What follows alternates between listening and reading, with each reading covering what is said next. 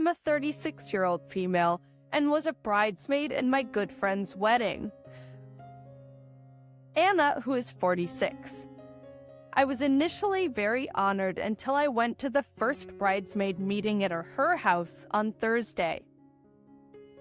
I realized Anna hadn't chosen us to be her bridesmaids because of our friendship with her, but because of our skills. For example, one of our bridesmaids is a hairdresser, so she'll be doing all the bridesmaids' hairstyles, the bride's sisters who are not bridesmaids, and the mother of the bride. We come from a big family, so I'm used to cooking for many people, so I was expected to cook for 80 guests. I also make sculptures and jewelry out of wire silver clay, so I was expected to make Anna's crown and necklaces, bracelets for Anna, the bridesmaids, her sisters, and her mother.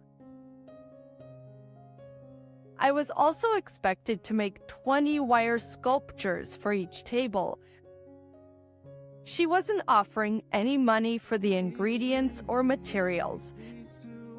Anna then said that each bridesmaid needed to make an $800 donation.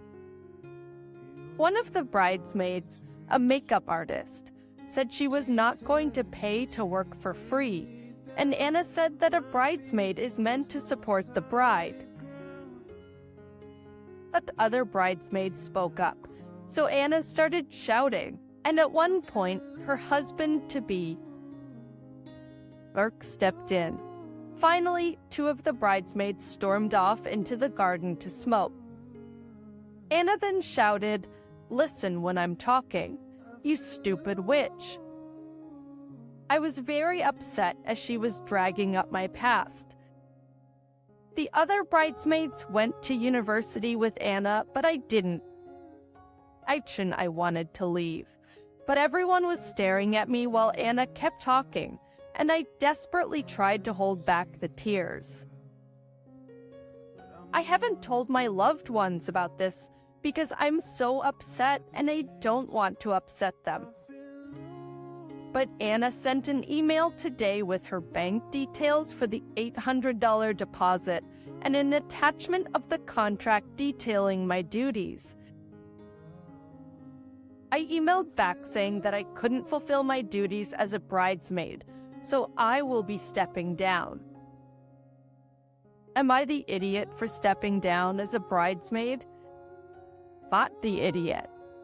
I imagine you walking outside into the sun like a free woman after you turn down her offer and feeling like you just beat the rap on a life sentence. The air is so much fresher. The sun is so much brighter. Food just tastes better. So take that $800 and spend it on yourself. Celebrate making the right decision. And congratulations, you dodged a massive bridezilla. I hope our other bridesmaids follow suit. The price of OP's labor materials would be like $1,000, but of course that's before the donation, and as a monster who happens to be a bride, this is way past bridezilla. Apiles, I hope you have better friends now and in the future. What a nightmare of a human. Of a human, geez, that's also not a friendship I'd want to keep. What a horrible personality. Seriously, what voodoo magic is Anna casting to hold such sway over a bunch of adult bridesmaids? Who really cares that this woman is getting married? I have socks older than your friendship. Go out and drop her, unless you like being treated worse than livestock. The laughable thing is she's 46, has a child already, and then wants 8 bridesmaids. I expect she'll be wearing virginal white as well. Also, when the 8 groomsmen put in $800 each, that's $12,800. So she's nearly going to make a profit. GTSOP. I'm sorry that she was vicious and malicious, when you stated you couldn't be a bridesmaid. She is a viper who has no shame in treating you heinously. In addition to her horrid mess, she expects you to subsidize her wedding. Block her everywhere. Visits Anna's using her bridal party solely to provide unpaid labor, and on top of that, she wants you each to pony up $800. Well, as insane as this situation sounds, I believe it's a 100 true, because I've witnessed firsthand the sudden rush of what looks like outright demonic possession when a seemingly normal woman is planning for her big day. Fortunately, most people I've come across remain normal throughout the process, but some need to be put in a padded room to think about their choices. Please don't communicate with this woman anymore. This is not someone you need in your life. I'm a newly divorced dad of a toddler girl. I have her every other week. My daughter's very curly hair that my ex-wife used to take care of. Hector's, now that I'm alone with her half the time. I have to figure it out. I tried, but on my weeks, her hair was mostly a frizzy, tangled mess. A teacher at my daughter's daycare has very similar hair to my daughter's, so I asked her if she could help me with my daughter's hair. She said she could do my daughter's hair in the mornings if I dropped her off earlier. Her prof starts at 8, and I usually drop her off at 8:45. But her teacher says if I drop her off at 8:20, she'll be able to take care of her hair. She gave me a list of curly hair products to buy and what to bring to school. She also gave me some tips for washing and caring for it at home. I guess my daughter told my ex that her teacher does her hair, not me, and that she goes to daycare early now because my ex called me and asked if I really dropped her off a half hour early every morning just so I could avoid doing her hair. She called me a bad parent for relying on a teacher to do my job and for messing up the morning routine so we could get to school early enough for the teacher to do her hair. We used to wake up, give her a bath. I'd attempt to do her hair. We'd have breakfast, then go to school. But now we wake up, take a bath, and eat breakfast in the car. I thought I was doing right by making sure her hair was cared for on my weeks. But my ex feels very strongly about this. So I wanted to know if I was the idiot. Not the idiot if the teacher doesn't mind doing it, which is very generous of her. And you should get her a very nice gift for her trouble. Then I don't see why it's an issue, but it might be more sustainable for you to ask the teacher to train you to do your daughter's hair because it is unlikely that future teachers will want to do this. And what will you do? Then you should compensate the teacher for her time. If you do this BS, this teacher is likely underpaid. She's not doing it because she enjoys it. She's doing it for the kid. She cares more about the kid's well-being here than the... So when daycare raises prices and staff leave this kind of BS is the reason teachers of all levels are sick of having to be a parent on top of their job for pennies the opines to be better he had. The opportunity to learn when he was with his ex, and he made no moves to learn and let another woman take over. He's not even staying to learn from the teacher. The teacher probably feels obligated to because she feels bad for this kid. She knows the kid will suffer from the embarrassment of being unkempt, and she most likely can also tell why the mom left dads like this are exhausting. This is the definition of strategic incompetence up. When you were with her mom, were you also bad at doing laundry? Dishes, please take responsibility and realize that these games don't work anymore. You're the idiot, wholly weaponized incompetence. Why don't you take your child to a salon specializing in her hair take and learn how to do it yourself, rather than offloading it to someone else because you can't be bothered learning basic skills for your own kid? I had a boomer great-aunt that was a wonderful, loving woman. She just grew up in Eastern Europe, right after World War II. One of the weird things about her was that she would give her old belongings as gifts for weddings and important birthdays. Still have the music box she gave me for my first communion. When we saw family, I would always ask to see their pieces. A few of my aunts had displayed them in a china cabinet or out somewhere safe. Few had them collecting dust in a box. I made sure they knew that if the day ever came that they wanted to downsize or something, I would appreciate a chance to grab it. For my collection, some of my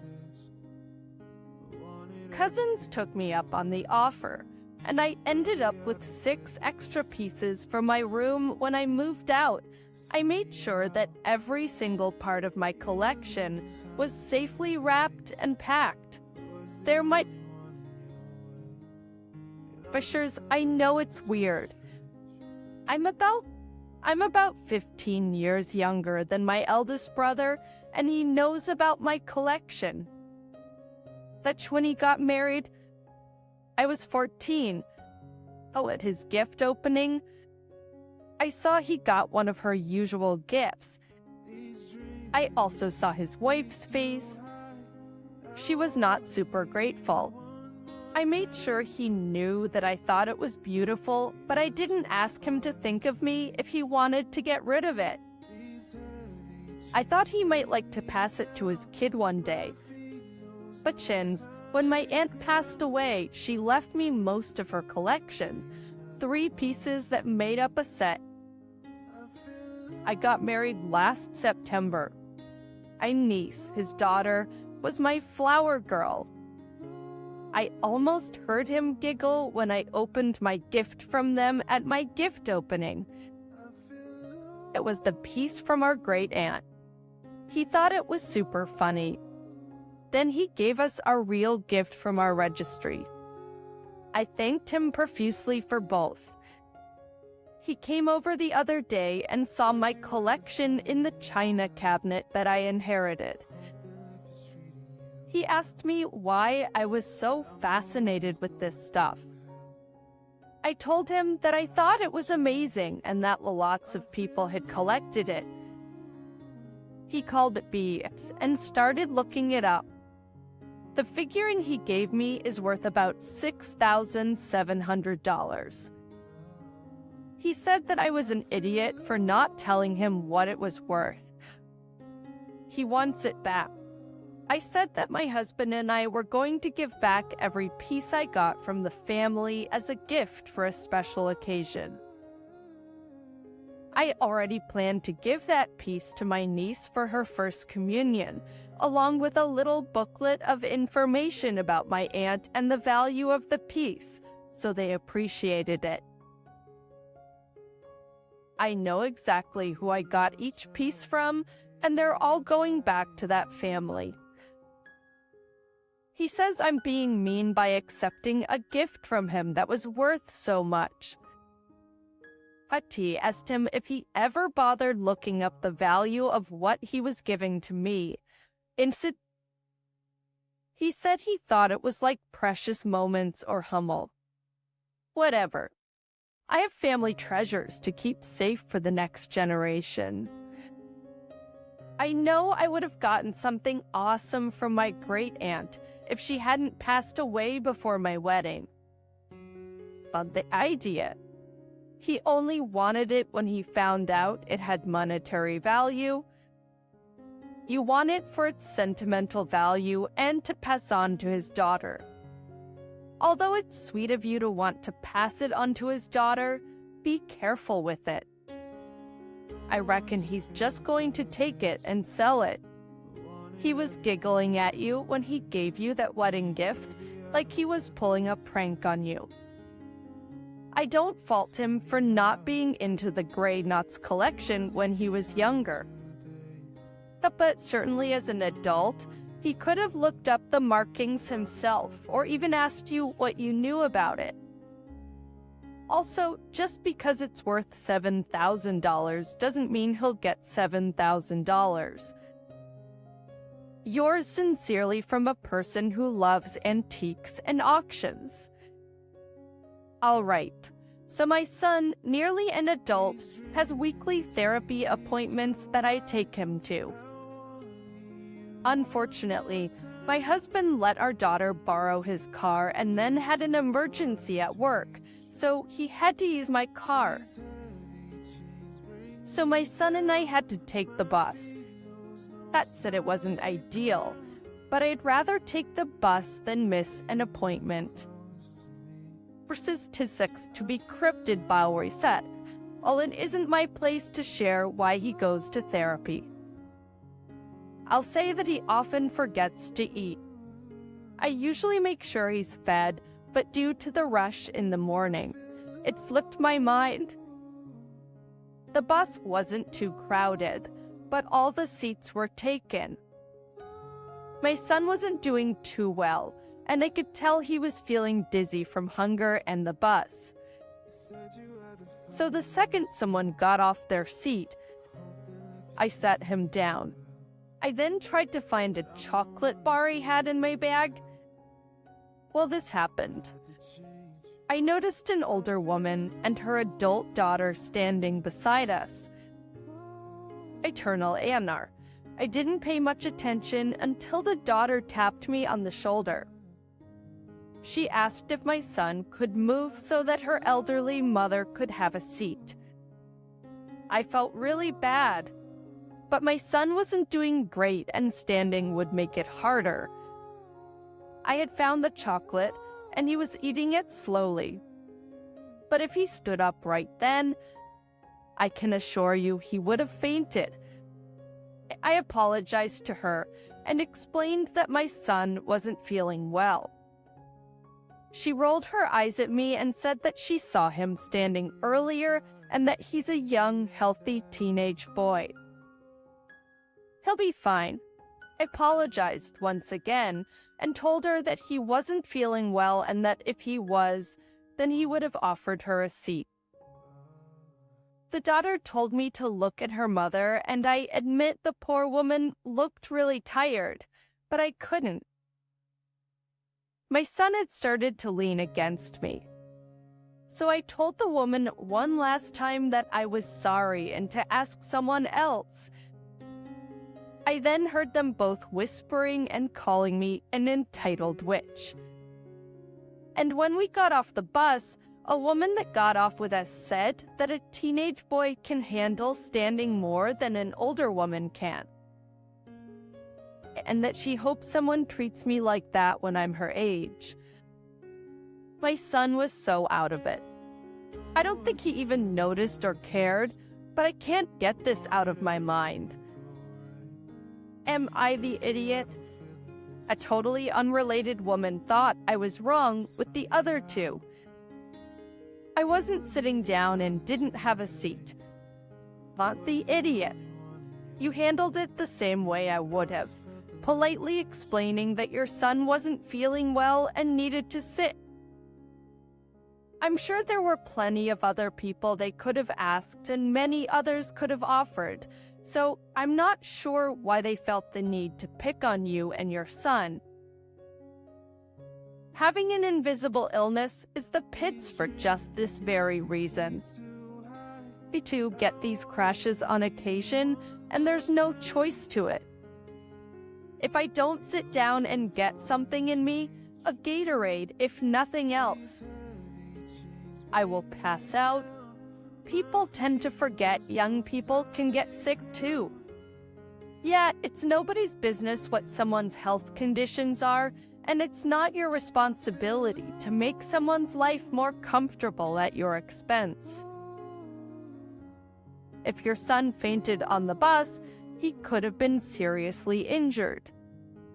Keeping him seated was in the best interest of everyone on that bus. Good on you for putting your son first. Mike, 27, male, is my 25-year-old female older brother. He spends a lot of time online as he's not working, and he recently got in his head that I am or was the golden child in the family. He blames all his misfortunes on this. He started uni about 6 years ago and now only has his internship and final exams left. He says he's looking for an internship, but he's been saying that for almost a year. In the meantime, our parents give him money so he doesn't starve.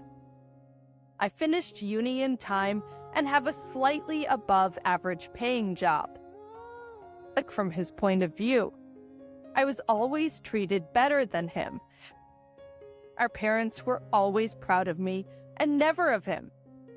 They showered me with praise, showed me up to our relatives as their great child, and they helped my studies with tutors in foreign language camps.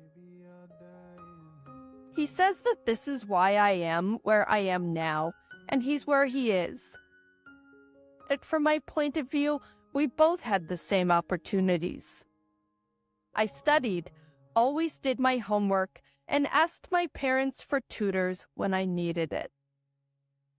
Mike rarely did his homework, didn't study that much, and in high school he skipped school so many times he was almost forced to repeat the year. I told Mike this. I told him I was never the golden child. I actually did things worth the praise. Meanwhile, he caused so many headaches to our parents by constantly skipping school. I also stopped receiving money from our parents when I finished uni at 22, and he's still being taken care of by them at 27. So I don't see them treating him that badly. Mike said that our parents ruined him when he was still under 10, because instead of guiding and helping him like parents are supposed to, they labeled him as the lazy, stupid child and focused on he's helping me, the one who is doing good by herself already, to do even better. But Mike said what I was saying was cruel, and the least I could do was reassure him as a good sibling. I disagree with him. I really do. But I was just a little child. It's possible I didn't see things for what they were. And now I'm being a huge idiot for invalidating my brother's feelings. Am I the idiot? Not the idiot? I also stopped receiving money from our parents when I finished uni at 22, and he's still being taken care of by them at 27. This right here is your answer. You are grown up living your own life while your brother's being taken care of like a child. Maybe you did get more praise, but it's not because you're the golden child. Clearly, that's your brother, as he's 5 years past the age you were cut off and still living with your parents. It sounds like Mike can't handle that his little sister is actually making a success of her life. I imagine his view is that he should always be ahead of you because you're younger. Maybe also because you're a woman. He's not, and he's blaming anyone other than himself.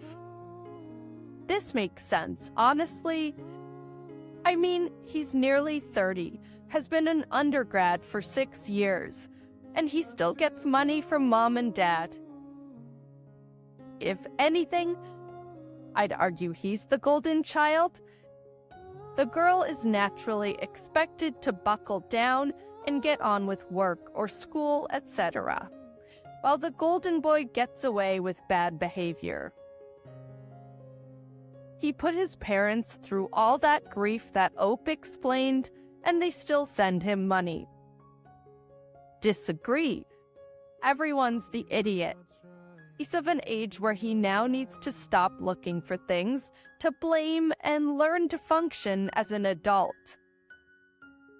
Everyone comes out of childhood with some habits to unlearn, and 27's old enough to do this. That being said, you may have been the golden child. He's been made to feel less than while growing up. Just because you don't think you were the golden child doesn't mean it wasn't so.